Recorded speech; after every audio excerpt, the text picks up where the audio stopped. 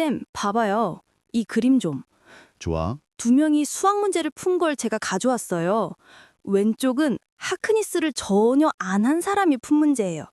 그니까 진짜 뭐 수학 문제를 2만 개 풀었어요. 운도 너무 좋아서 시험 볼 때 생각이 막힌 적도 한 번도 없었죠. 오른쪽은 쌤이 말한 하크니스 2단계를 거친 사람이 푼 문제예요. 겉으로 보면 똑같잖아요. 그럼 어떻게 공부해도 상관없는 거 아니에요? 그럼 가서 2만 개 풀고 시험 보면 되잖아. 아이씨, 제 의도는 그게 아니잖아요. 하크니스 2단계가 뭔지 모르지만 하크니스 1단계도 안 거친 사람이랑 똑같은 결과가 나오는 거면 뭐하러 2단계를 할 필요가 있냐는 거죠? 오호, 맞아. 겉으로 보면 똑같아 보여. 근데 과정을 보면 전혀 다를걸? 오른쪽을 한번 볼까? 하크니스 방식으로 공부한 학생은 처음엔 그림처럼 여러 방법으로 문제 푸는 방법을 많이 고민해 봤겠지. 그쵸? 그리고 그 중에서 출제자의 의도와 맞았던 부분들을 검토하겠지. 다시 말해, 문제를 풀고 해설과 자신의 생각을 비교하면서 그럼 내가 문제를 풀었던 방법 중에 어떤 것들이 출제자의 의도와 일치하는지 파악할 수 있겠지, 그치? 해설이랑 똑같이 풀었으면 출제자의 의도를 안 거예요? 수능 문제나 평가원 모의고사 하면 100%라고 생각해도 좋아. 엥? 그것만요? 다른 모의고사들은요? 수능 출제위원 아니잖아. 아... 아무튼 이렇게 공부하다 보면, 즉 사유하다 보면 자연스럽게 출제자의 의도를 계속 엿보게 되는 거지.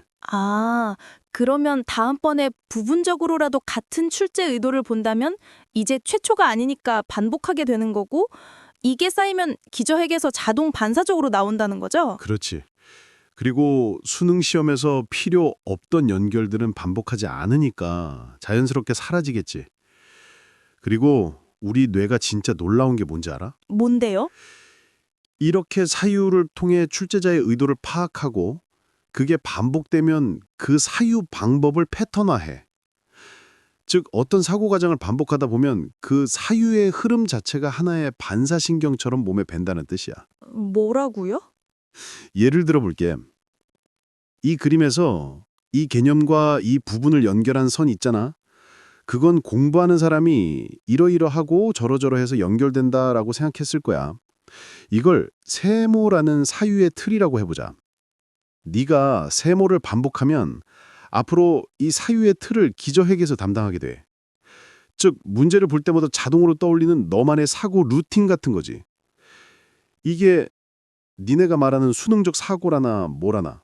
그리고 이런 수능적 사고들이 많아질수록 시험을 빠르고 잘 풀게 되겠네요? 맞아. 그래서 하크니스 1단계는 발산적 사고를 훈련하는 거고 하크니스 2단계에서는 수렴적 사고를 훈련하는 거야. 이 둘을 합쳐서 우리는 사고력이라고 부르고 수능에서는 문제 해결 능력이라고 하지. 그럼 결국 이 자동화된 사유로 나온 결과물은 기저력에서 온 거지만 그건 중요하지 않겠네요? 어차피 이걸 까먹어도 다시 새롭게 만들기 쉬울 테니까요. 그렇지. 내가 예전에 말했잖아. 인간이 정보를 처리할 때 기저핵에서 오는 건지 대뇌 피질에서 오는 건지 구분하기 어렵다고. 이 상태가 되면 사실 어디서 온 건지 따지는 게 무의미해지는 거지. 이해했어요. 결국 쌤 말은 같은 것처럼 보이지만 실제로는 같지 않다. 왼쪽 사람의 뇌는 아직 거미줄이 제거되지 않은 상태인 거죠? 정확히는 없애더라도 연결 흔적은 남겨놓지만 지금은 그렇게 생각해도 좋아. 뇌과학에서는 이걸 시냅스 프루닝이라고 불러. 좀 있어 보이는데요? 시냅스 프루닝. 그럼 어쨌든 이걸 하고 남겨진 거미줄들은 수능 볼 때 유용한 것들이겠네요. 게다가 아까 쌤이 말한 그 세모, 즉 수능적 사고를 이용해 훨씬 효율적으로 시험을 보는 거고요. 그렇지. 뭐 굳이 수능이 아니더라도 마찬가지야. 시험이라는 건 틀이 존재하니까 하크니스 방식으로 사유를 훈련한 사람은 그 틀을 찾아내고 그 안에서 사고를 유연하게 할 수 있지. 즉, 틀 안에서도 발산과 수렴을 자유롭게 오가는 거야. 거의 무적이네요. 근데 궁금한 게 있어요. 쌤이 말하는 그 수능적 사고라는 건 꼭 하크니스 방식으로만 할 수 있는 건 아니잖아요. 쌤도 맨날 그렇게 말하고. 하크니스만이 정답은 아니야. 실제로 그런 사람들도 있어. 그런 사람들 대부분의 특징은 설명을 잘 못해. 이런 사람들 있잖아. 어떻게 이렇게 푸는지 너무 대단해서 물어보면 그냥 이건데? 하는 사람들. 직관이 진짜 뛰어나 보이는 애들.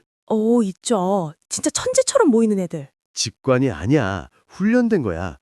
단지 사고 과정을 언어화해 본 적이 없어서 사유의 속도를 언어의 속도가 못 쫓아가는 것뿐이야. 뭔 말이에요? 뇌는 생각을 병렬적으로 처리할 수 있지만 언어는 직렬적으로만 표현할 수 있거든. 그래서 머릿속에선 이미 다 풀었는데 입으로 설명하려 하면 턱 막히는 거야. 아, 결국 직관이 아니라 수없이 훈련한 결과물일 뿐이라는 거죠. 그치. 이걸 극한으로 끌어올릴 사람들이 바로 프로, 전문가들이지. 오, 수능의 전문가. 근데 그럼 이런 애들은 하크니스 할 필요 없는 거 아니에요? 아니, 그래도 해야 돼. 왜요? 자유롭게 생각하는 것처럼 보여도 결국 수능이라는 틀 안에서만 자유로운 거니까. 하크니스는 틀에 갇히기 위한 게 아니라 언제든 틀을 깨기 위해 배우는 거잖아.